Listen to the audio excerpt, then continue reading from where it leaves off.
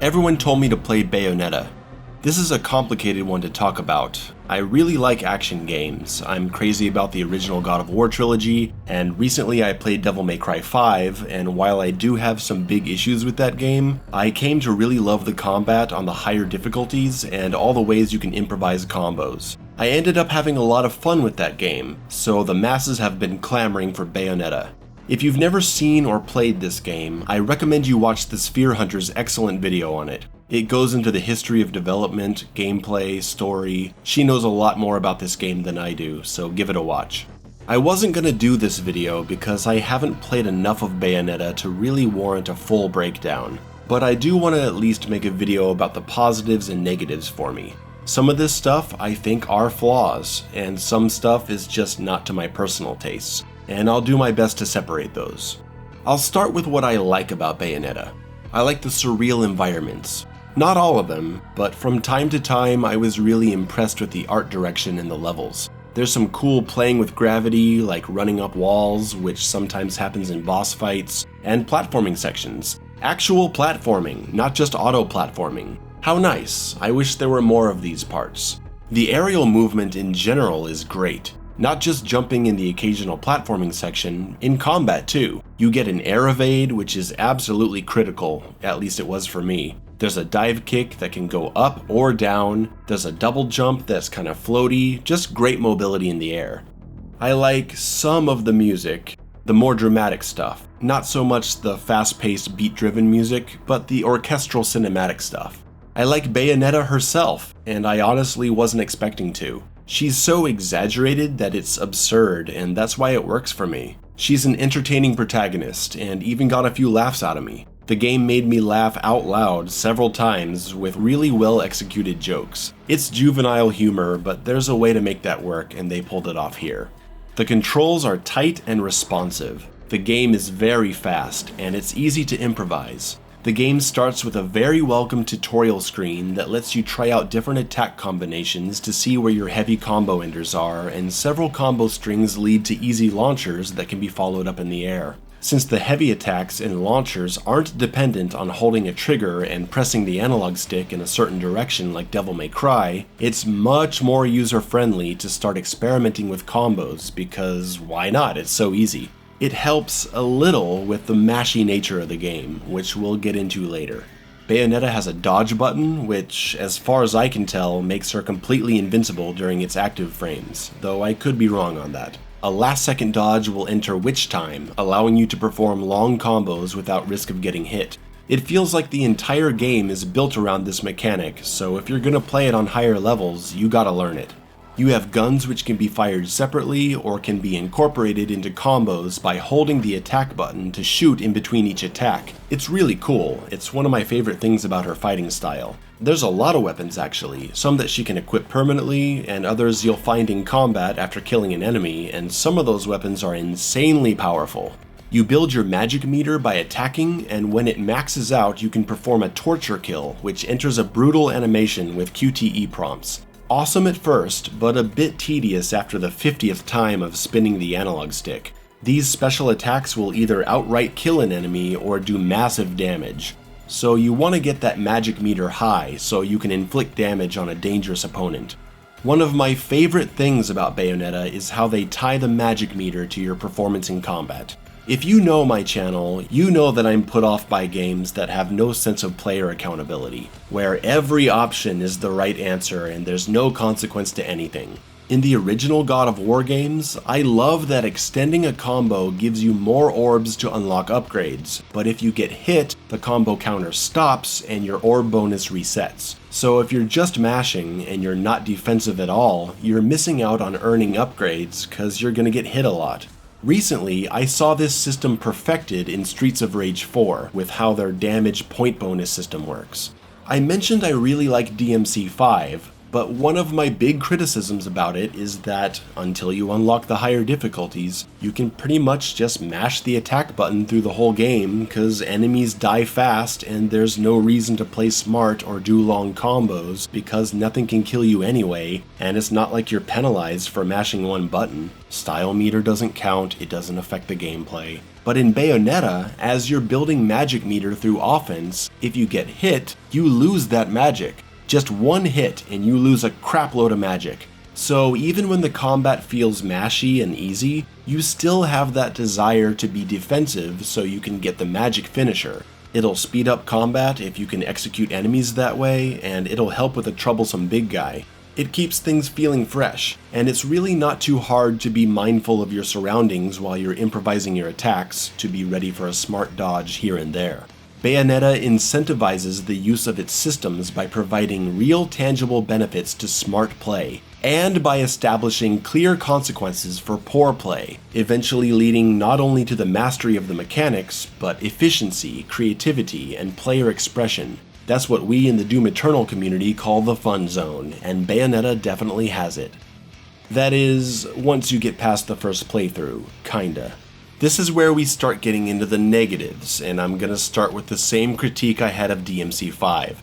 New players are not allowed to select a higher difficulty than normal, and unfortunately, for the majority of the game, you can just mash. There's a fight every once in a while where you need to be better with your dodges and maximize damage, and they're like little glimmers of hope where the game shows you how good it can be when it pushes you there. But you really can get away with playing on autopilot most of the time, which is fine to have that as an option for players who want that. I'm not saying that everyone has to get their balls broken on their first playthrough, but I know I'm not alone in this, especially when we're talking about a technical combo-based action game, where so much thrill can be found in surviving a fight because you actually played well. I want that experience. I shouldn't have to play through a 10-hour normal mode campaign just to unlock it. You think some people are gonna pick hard and think the game is too punishing? Well, think of the people who are forced to play normal and end up dismissing your game because it doesn't offer them anything worthy of their time. That being said, once I did get to the hard difficulty, I discovered that this game isn't really for me after all. Because I'm generally not a fan of games with a heavy emphasis on quick reaction defense. That's why I never use Royal Guard in DMC5. I'm not that kind of player. But I like a challenge. I can play DMC5 on Dante Must Die difficulty, I can play OG God of War on Titan mode. I have no problem with being stuck in a fight for hours trying to get through. But DMC and God of War are more offensively driven games. Smart defense is necessary, but not constant. Bayonetta, once you play on hard, becomes very stick and move. Punch twice and then dodge, punch punch shoot, dodge 3 incoming attacks. And like I said, I really appreciate the design here and how it all works together, but I personally prefer a more offense-focused action game, and I found myself losing interest in Bayonetta as it demanded more and more lightning-fast reflexes of reacting to a flash in a split second to do a dodge. When an enemy flashes their attack and hits me a tenth of a second later, full screen, and I'm not fast enough to dodge that, I stop enjoying the game. But I can accept that, and say this just isn't an experience for me. I'm also a bit slow in my reaction time, I'll admit that, and I'm not good at this stuff. I never have been. I know about combo offsetting, and it definitely helps keep things more offensive once you master it, but that's something that takes real time to get used to. And if you don't like a game that much, dedicating the time to figuring that stuff out isn't really a solution. Games focused on parrying systems really fuck me up. So I'm not saying it's bad, on the contrary, I think it's great, but I don't enjoy it very much. So I stopped playing Bayonetta. I'm not gonna finish my hard mode playthrough if I'm not having fun. I think that Bayonetta does itself a disservice by giving you so many attack options right at the beginning.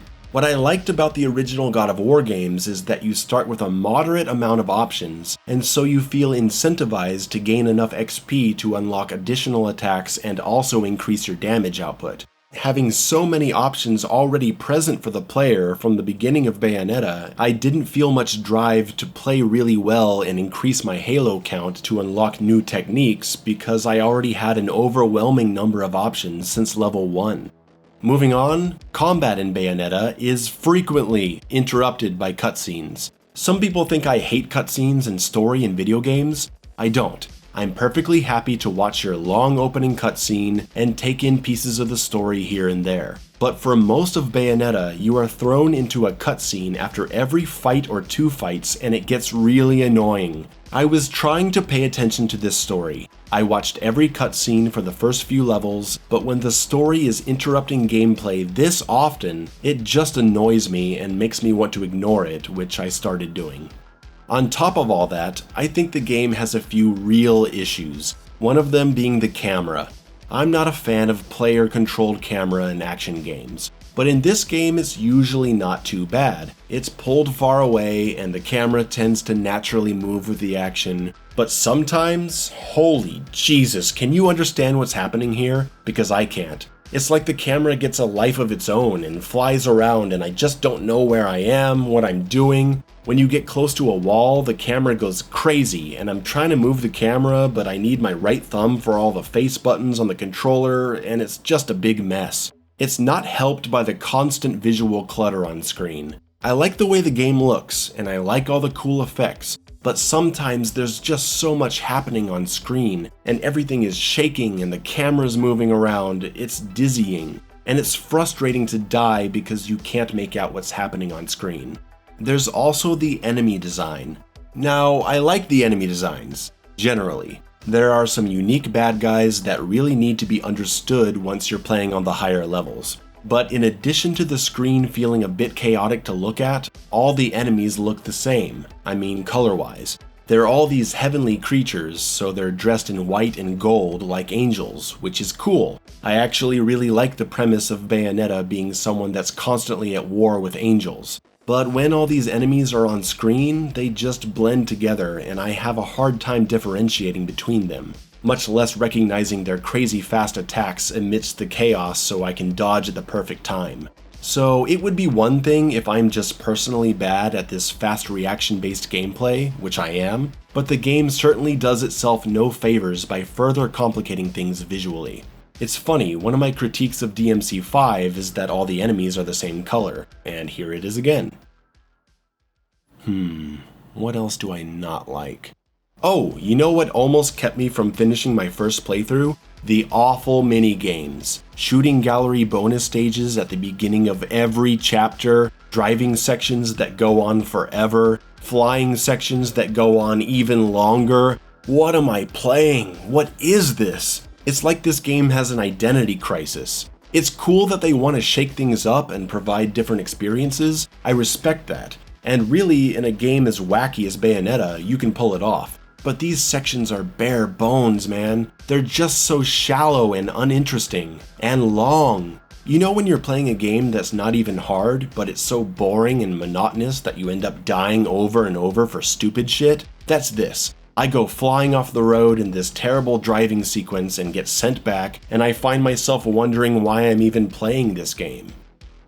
Meh. I think that's enough. Let's wrap it up. Bayonetta is an awesome game if you're one of two kinds of people. The first kind of person is someone who likes the world and story of Bayonetta, you think the mashy combat is fun, and you just have a blast playing it on easy or normal. The second kind of person is someone who really appreciates the depth provided on higher difficulties and the fast reaction-based defensive mechanics integrated into the expressive combo system. And you probably like the world and the aesthetic of the game too. So if you see yourself falling into one of those two groups, I say give Bayonetta a chance if you haven't already. Because whatever issues I brought up probably won't affect you too much. And then there's going to be a lot of people who see this video and go, nope, that's definitely not something I want to play. And that's fine too. I want to thank everyone for recommending this game. It's cool to finally know what Bayonetta is all about. Even if I did end up finding it to be something I don't want to stick with, it's been interesting to learn about it and understand it. Thanks for watching. I wonder what game is going to be next.